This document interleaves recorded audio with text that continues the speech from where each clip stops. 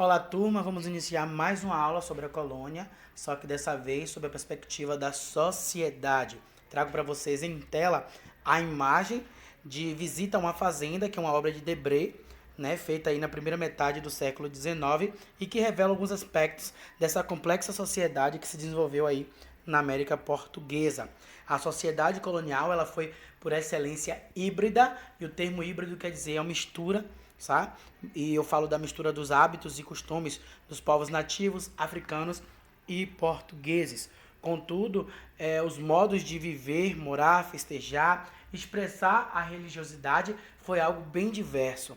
E agora vamos refletir como é que pode ser caracterizada a sociedade na América Portuguesa, como enquadrar as mulheres nessa sociedade e qual foi o papel cumprido pela igreja nessa sociedade aí no período colonial. A sociedade colonial em si, ela se formou baseada na matriz portuguesa, porém de forma heterogênea e miscigenada. Portugueses transplantados, indígenas e africanos de diferentes culturas desenharam um mosaico na diversidade étnica e cultural. Vamos iniciar pelos indígenas, que são os povos nativos da América Portuguesa. Aí eu trago a imagem do índio Camacan Mongoio, né, é uma obra também de Jean-Baptiste Debré. Os indígenas são participantes da formação do povo brasileiro. Historicamente, eram divididos em diferentes grupos e nações, que a maioria dos antropólogos concordam em dividir em 4 grandes unidades culturais ou nações, que são os tupis, os geis, os nuaruaques e os caraíbas. Pelo testemunho dos jesuítas, entre as nações indígenas que participaram da nossa formação, a mais conhecida é a dos tupis. Os indígenas viviam em aldeias e, a despeito da influência jesuíta e da presença do homem branco, eles mantinham seus modos de vida. A atividade econômica dos indígenas era a coleta, caça, pesca e agricultura, e deslocavam-se para outras áreas quando a oferta de alimentos diminuía. As tribos, né, as aldeias, elas se reuniam e tinham uma unidade cultural fundamentada na proximidade geográfica, na língua, nos hábitos, nas relações de parentescos e nos cultos religiosos. É assim que se diferenciava uma nação indígena da outra. As aldeias tupis, elas foram descritas por viajantes europeus, sendo caracterizadas por um terreiro central para comemorações e reuniões, né? E malocas em volta. Nas malocas desenvolvia-se grande parte da vida social, como refeições e recepção aos convidados. Predominava a família extensa e a poligamia masculina era admitida para morubixabas, que os morubixabas eram os líderes tribais e chefes guerreiros. Não havia propriedade privada nem relações jurídicas de características contratuais. Os tupis admitiam o pai como responsável pela geração, o que levava à igualdade de todos os filhos. As relações familiares e a educação dada às crianças eram educação harmoniosas, o que surpreendeu aí vários cronistas da época, né? Aí a gente viu de modo grosso em Minas Gerais sobre a questão dos indígenas. E os africanos e os afrodescendentes, eu trago aí uma imagem que é africana da etnia Mandunga, né? Então essa presença negra está ligada à história da escravidão. 2 grandes grupos étnicos aqui chegaram, que foram os bantus e os sudaneses. As etnias angolanas, congos ou cabindas e benguelas pertenciam ao grupo banto. Os iorubais ou nagôs, os jejeis, os minas, os alçais, os tapas, os bornus pertenciam ao grupo sudanês. Então a gente vê aí a diversidade. Em estudos feitos sobre os locais de saída dos africanos, constatou-se que a maioria saía do nordeste da África subsaariana, mas é possível também a identificação de outras épocas de predominância geográfica. No século XVI, os embarques de africanos ocorriam em maior número da Senegâmbia. No século XVII, as exportações de Angola e do Congo passaram a predominar. A costa da Mina e do Benin se destacaram a partir do século XVIII e por aí vai. Os africanos, eles não conseguiam manter a sua organização social devido à diversidade de etnias transplantadas. Eu coloquei no mapa para vocês verem, tá, os portos no continente africano de onde vinham todos os negros que eram transportados para cá. Então, há a quebra aí da organização familiar e a atuação deliberada dos colonizadores, sobretudo em regiões de mineração, onde eles misturavam diferentes etnias por motivo de segurança. Então, eles não deixavam todos os negros de uma mesma etnia em um lugar só. Eles misturavam por questão de segurança e para que evitasse também as rebeliões. Pelos estudos realizados hoje, né, sobre a escravidão, o elemento africano não foi aí um mero instrumento de trabalho. Ele participou ativamente na formação da sociedade, apesar da condição subordinada e condição escrava. Mesmo com as dificuldades impostas, existiu aí a família escrava, principalmente nas áreas rurais, onde a concentração dos escravizados era bem maior. Na região sudeste, onde a média de escravizados por proprietário era menor, ainda havia aí o predomínio de família de ex-escravos. Vamos partir para um outro ponto da nossa formação, que são os europeus, né? O elemento branco, representado pelos portugueses, e que formou o grupo dominador, havendo, no entanto, também a presença de outras nacionalidades, como espanhóis, holandeses, franceses, ciganos e por aí vai. O processo de colonização iniciou-se na terceira década, né, do século XVI, com a vinda das primeiras levas de família de Portugal, a partir de 1530, e aí elas se envolveram com o cultivo das terras doadas pelo governo. Aí lembra lá, né, das faixas de terras doadas, Seis Maria, as capitanias hereditárias, é esse ponto aí que a gente está falando agora. Tá? Então, a sociedade colonial se desenvolveu com base na riqueza proveniente da produção agrícola e do trabalho escravo também. Essa atividade propiciou aí uma variedade de funções sociais e econômicas que permitiu a definição do mando político por meio da liderança das oligarquias dominantes, que eram as famílias dos homens bons, tá? Homens bons, que são os homens brancos e ricos, lembra disso, tá? Então, nesse contexto, definiu-se a família patriarcal, ou seja, o pai, que é o chefe, e a sua esposa, que fundamentou aí a identidade da instituição mais importante da sociedade colonial. A gente está falando de quê? Da família e da ordem patriarcal. A família e não o Estado, né, tornou-se aí o elemento mais importante na colonização. Então a família vai ser o elemento mais importante, não vai ser o governo, tá? Ela era o agente mais produtivo para desbravar aí o solo, instalar fazendas, comprar escravizados, bois, ferramentas. Então as famílias também formaram as oligarquias que detiveram poder no mando político por gerações em várias regiões da colônia. Ao representar uma força social, ela se desdobrou em força política. A família foi a base para a constituição da aristocracia, conforme a afirmação do sociólogo Gilberto Freire, né, na obra Casa Grande Senzala, que a gente viu. Né? A família patriarcal, ela compreendia, além do tronco familiar e da parentela, compreendia os agregados, numa rede complexa de parentesco e lealdades pessoais. Envolvia centenas de pessoas e era também defendida pelo Estado. E essa família é caracterizada pelo poder, né, do pater, que é o pai, o isolamento das mulheres e a inviolabilidade do lar. O historiador Capistrano de Abreu, ele resume: pai, soturno, mulher submissa e filhos aterrados. Então, Capistrano de Abreu, que é um escritor maravilhoso, que eu também li na época da graduação e li agora na preparação da aula de vocês, ele vai trazer aí, né, como o pai soturno, a mulher submissa e os filhos aterrados. Então, ele resumiu a sociedade nesse período, a família nesse período, que é uma família de ordem patriarcal.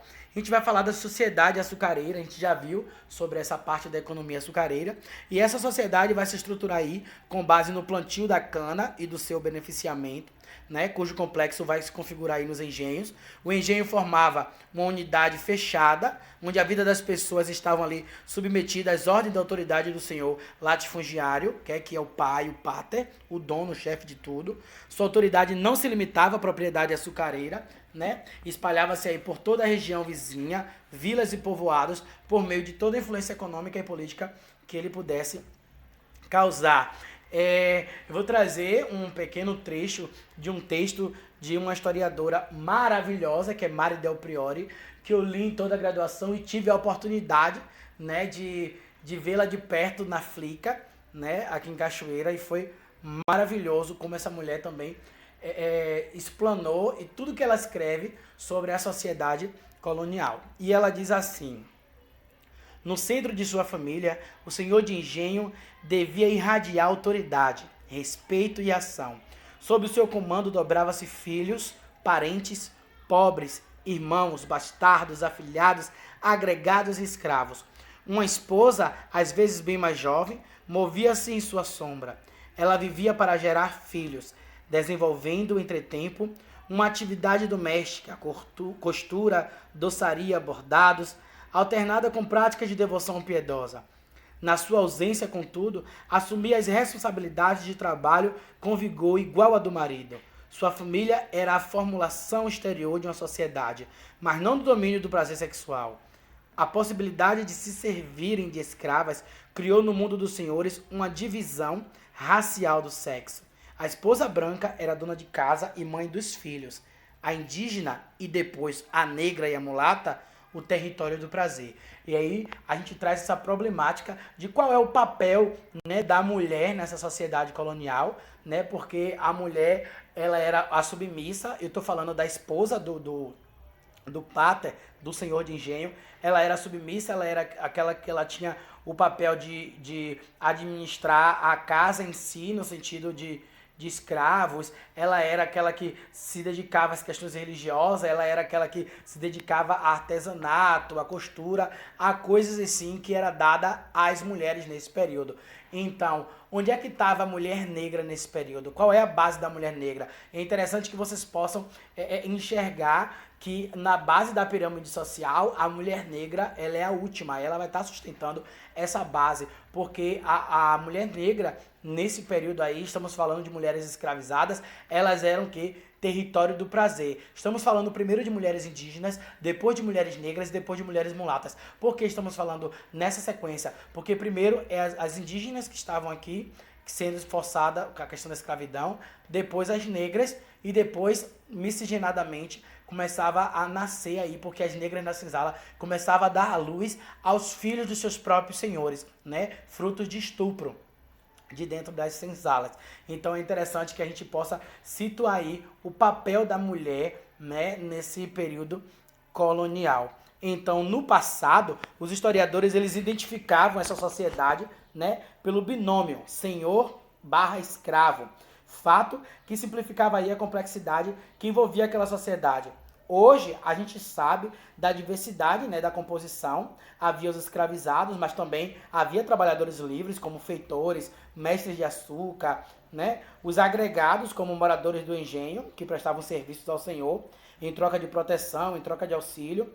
Tinha os padres também, tinha alguns funcionários da metrópole, alguns, apesar de raros, profissionais liberais, como médicos, advogados, engenheiros. Então, a gente tinha aí uma gama de outros tipos de pessoas que compunham aquela sociedade. Não era apenas senhor e escravizados. Você pode ver tudo que eu estou falando também, se vocês pesquisarem, não é que eu sou noveleiro não, tá?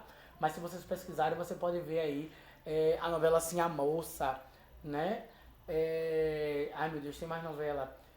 Eu esqueci o nome da novela agora. Esqueci agora, mas tinha várias outras novelas que retratam aí esse período da nossa sociedade colonial, tá? Das fazendas, do senhor de engenho, essas novelas de época aí, que vários canais traziam, sobretudo a Rede Globo de televisão, né?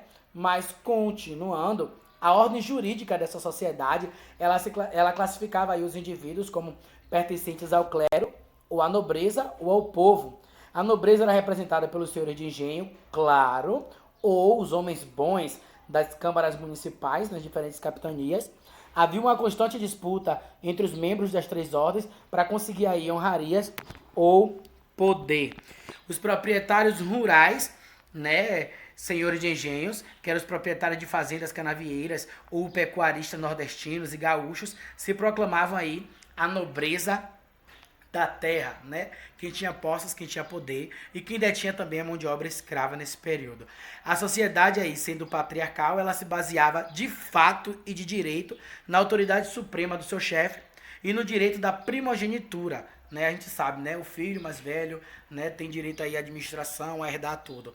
Os senhores de engenho, eles eram orgulhosos, eles eram independentes. Os comerciantes e aqueles que se dedicavam a ofícios mecânicos, ou seja, artífices, né, eram aí relegados a um segundo plano. Viviam aí pressionando para ter uma representação nas câmaras municipais, às vezes conseguiam, às vezes não conseguiam. E agora a gente parte para a sociedade mineradora, tá? Nas Gerais, quando a gente fala nas Gerais, é a região das Minas Gerais, tá? Formou-se aí uma sociedade com características urbanas, né? A mineração fez do minerador um indivíduo dependente, dependente dos meios de manutenção que vinha de fora, já que a gente estava falando aí daquela parte das entradas e bandeiras. Lembra que os paulistas invadiram aí o interior do Brasil? Então, eles dependiam que a manutenção viesse de outros lugares. Várias foram as rotas estabelecidas entre o litoral e outras regiões, com a região das Gerais. E pela primeira vez, nas vilas e nos arraiais, desenvolveu-se o comércio interno na colônia. Apareceram os comerciantes atacadistas e os varejistas de secos e molhados. Olha, já nessa época, viu? Atacadistas e varejistas. Logo, os aglomerados populacionais se transformaram aí em centros urbanos, como Vila Rica, ou Mariana, São João del Rei, Sabará, Caeté. E entre os proprietários e os escravos, né, definiram-se aí os grupos médios envolvidos em ofícios que dinamizavam o processo de compra e o processo de venda, tá? Eram mercadores, artesãos, barbeiros, burocratas, tropeiros, boticários, soldados, padres, mestres-escolas, que nesse período tinha a questão do mestre-escola, gente, que era a pessoa que fazia o papel do professor e que ensinava ali as pessoas a ler e escrever, e não era qualquer pessoa não, tá? Era o filho do dono da fazenda, né, e por aí vai, não era os negros escravizados de maneira nenhuma. Então, a mobilidade social ela estava presente, inclusive para os escravizados, que aí podiam conseguir a liberdade e a alforria já nessa sociedade mineradora, tá? As ordens religiosas eram proibidas na região das Gerais. Seu substituto foram as irmandades leigas, que na maior parte eram formadas aí por segmentos sociais específicos, inclusive Irmandade dos Negros Livres e Escravos. Essas irmandades vão ser responsáveis pelo desenvolvimento cultural, pois promoviam eventos os mais variados, que implicavam no incentivo constante das artes plásticas, das artes musicais e também do teatro, tá? A soma de toda a prática religiosa das irmandades aí deixa um patrimônio cultural conhecido como o Barroco Mineiro. No século XVI, havia o predomínio das culturas indígenas e a presença das culturas transplantadas dos portugueses e africanos, que ainda mantinham suas características. No decorrer do século XVII e XVIII, foi se configurando aí uma cultura brasileira, que resultou da interação desses diferentes povos. Nesse ambiente, houve um constante embate, no qual a cultura portuguesa incorporou traços da cultura indígena e africana e impondo-se sobre elas, né? A gente tem aí um texto de Darcy Ribeiro, né, do livro O Povo Brasileiro, que diz assim: das línguas indígenas, o português herdou palavras ligadas à flora e à fauna, como abacaxi, mandioca, caju, tatu, piranha, bem como nomes próprios e geográficos. Influenciou também na culinária, no folclore e nas lendas que enriqueceram a cultura brasileira. A presença africana está no modo de falar, no modo de viver. Na linguagem, temos palavras de origem africana também, como acarajé, angu, axé, babá, bafafá, bagunça, banana, banguela, batuque, berimbau, bunda, búzio, cachaça, cachimbo, farofa, giló, quiabo, maribundo, lambança, fuxico, e entre outras palavras aí. É o que Darcy Ribeiro escreveu pra gente, tá? Então, nesse contexto, a língua portuguesa ela se torna dominante. O padrão da língua culta, ou seja, a língua escrita, está representado nas obras do Padre Antônio Vieira e dos poetas Gregório de Matos e Cláudio Manuel da Costa aí desse período, tá? Cotidianamente, eram utilizados inúmeros vocábulos indígenas e africanos que ao longo dos séculos acabaram sendo incorporados ao português brasileiro. Historiadores como Mário Del Priore, como já falei, e Renato Venâncio mostram aí no trecho a seguir o rigor de um estatuto sobre a admissão de mestres, suas responsabilidades e o quanto deveriam exigir dos seus alunos. Eu estou falando dos mestres-escolas que eu expliquei a vocês, tá? Então vamos lá. Estatuto que hão de observar os mestres das escolas dos meninos nesta capitania de São Paulo. Se liga. Que haverão 2 mestres nesta cidade e um em cada uma das vilas adjacentes, os quais serão propostos pelas câmaras respectivas e aprovados pelo general, e não poderão exercitar o seu ministério sem ser com esta aprovação e dela tirarem provisão ou licença. Para você ver que tinha que ter uma autorização, né, do governo, do estado aí, da Câmara, que era o órgão que governava as localidades aqui, tá? Continuando. Que todos os meninos que admitirem será com despacho do mesmo general e não poderá passar a outra escola sem preceder o mesmo despacho.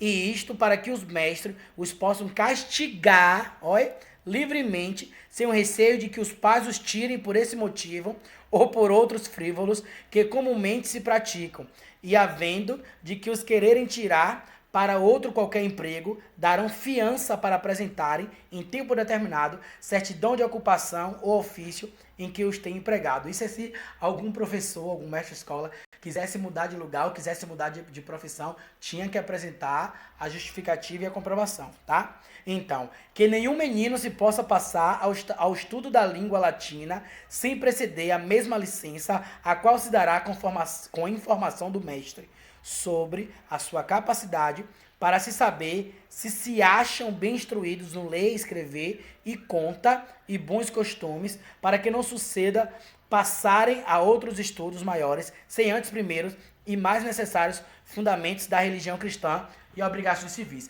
Então, em resumo, o estudo de escola naquela época era o quê? Português e matemática, né? Porque ensinar a ler e escrever e a fazer conta.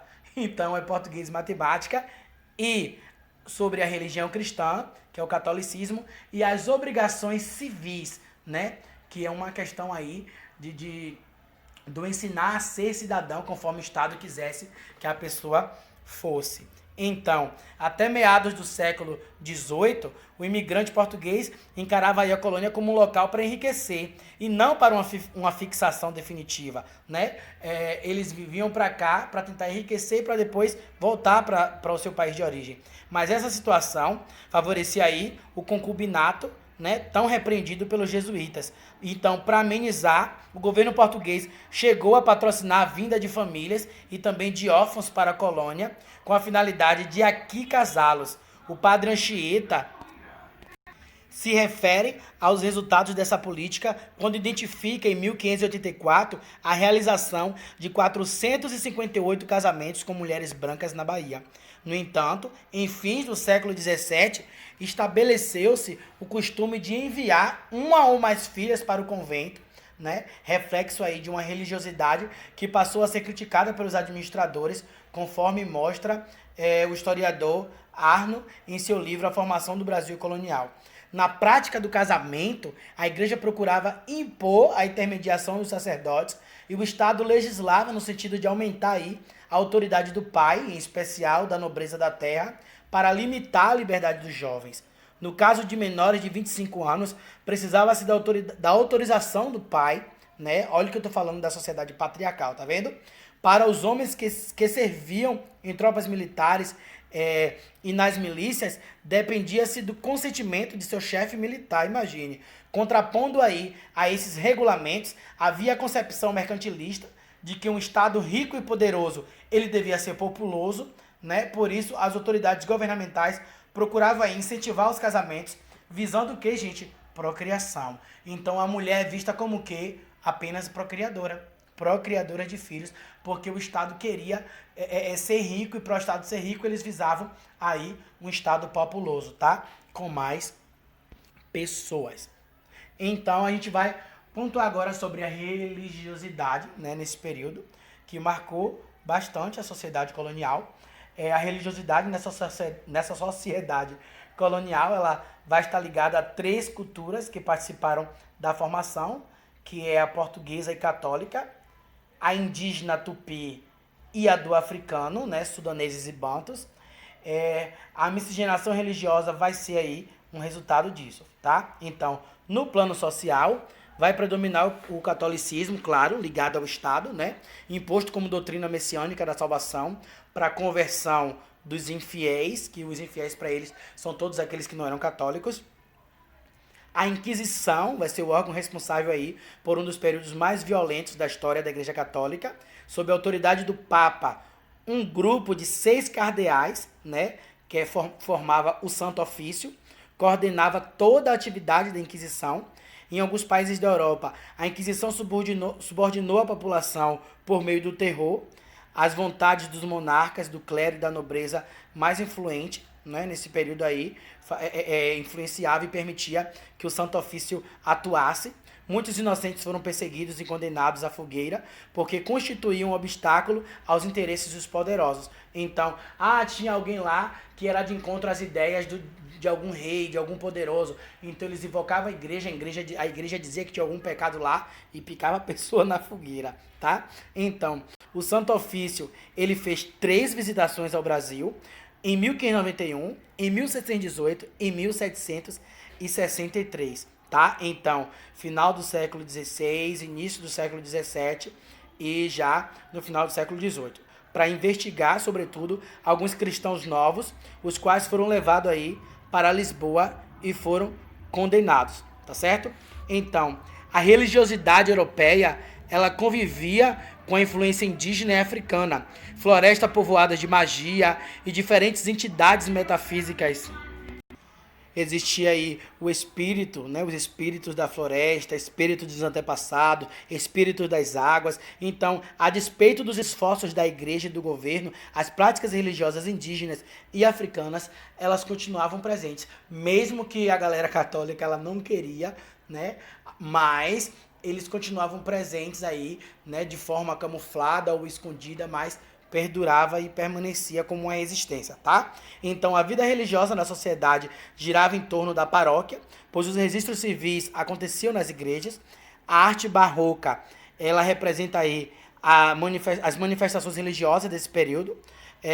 O historiador Arno, em sua obra Formação do Brasil Colonial, ele descreveu a arte barroca dessa forma: seu visual combinou o caráter aventureiro, individualista e indisciplinado do colono. Não estimulava uma religiosidade profunda. Essa era a visão dele aí. O barroco no Brasil, ele foi introduzido pelos jesuítas no século XVII, com o objetivo de promover aí a cultura portuguesa na colônia, né? A gente vai ter como legado do barroco a arte sacra, como a estatuária, pintura e obra de talha para decoração de igrejas e conventos ou para o culto privado. E a gente vai ter também a adaptação brasileira ao barroco, né? Que vai ser aí novas feições com adaptação, com improviso e com inovação. E trago novamente um texto, né, de Renato Venâncio e Mário Del Priore, que diz assim: a vida cultural, que vai timidamente se desenvolvendo, também trouxe vitalidade à arquitetura em diversas regiões do Brasil. O barroco mineiro alternou fachadas sóbrias com interiores altamente talhados. A ocorrência entre confrarias e irmandades religiosas pela decoração de suas igrejas traduziu-se em resultados suntuosos. No litoral, as despesas com a construção de igrejas obedecia a orçamentos rigidamente respeitados. No interior, notadamente em Minas Gerais, como tais orçamentos eram mais irregulares, seus resultados também variavam. Igrejas onde os esplendor artísticos deslumbram o espectador se acotovelam ao lado de pequenas ermidas, frutos apenas da devoção e não de recursos financeiros, tá? Então, as expressões suntuosas dessa religiosidade eram representadas aí também na construção dos templos, né? Nas procissões, nas festas religiosas, resultantes de uma mestiçagem, né? De uma miscigenação cultural. O reizado dos negros, a festa do Rosário, do São João, do Senhor do Bonfim na Bahia, do Círio de Nazaré em Belém. Então, as festas profanas, patrocinadas pelos senhores de engenho, impressionavam pelo luxo e pela duração, com a abundância de comidas, bebidas, músicas, danças e cavalhadas. Além das comemorações familiares, as reuniões e festas ocorriam também nas datas dos padroeiros. Então, há uma mistura, né, das festas profanas e das festas sagradas aí nesse período colonial. Os ritmos de origem africana eram uma constante em várias regiões coloniais e, no geral, era difícil distinguir entre festas religiosas e profanas. As festas mais importantes eram as do ciclo de Natal, que incorporava aí, além do Natal, os reisados em comemoração ao Dia de Reis, congados, que eram as festas populares que aconteciam além do ciclo de Natal, entre outras datas comemorativas, geralmente tinha aí as devoções religiosas dos negros, e uma das variantes do congado era o maracatu, lembrando aí as embaixadas verdadeiras dos reinos e das etnias africanas, cujo tema central era o da luta entre o rei negro e do rei índio, tá certo? Então, a gente fica por aqui, né, com essa aula da sociedade colonial. Um beijos e sucesso aí na atividade de vocês.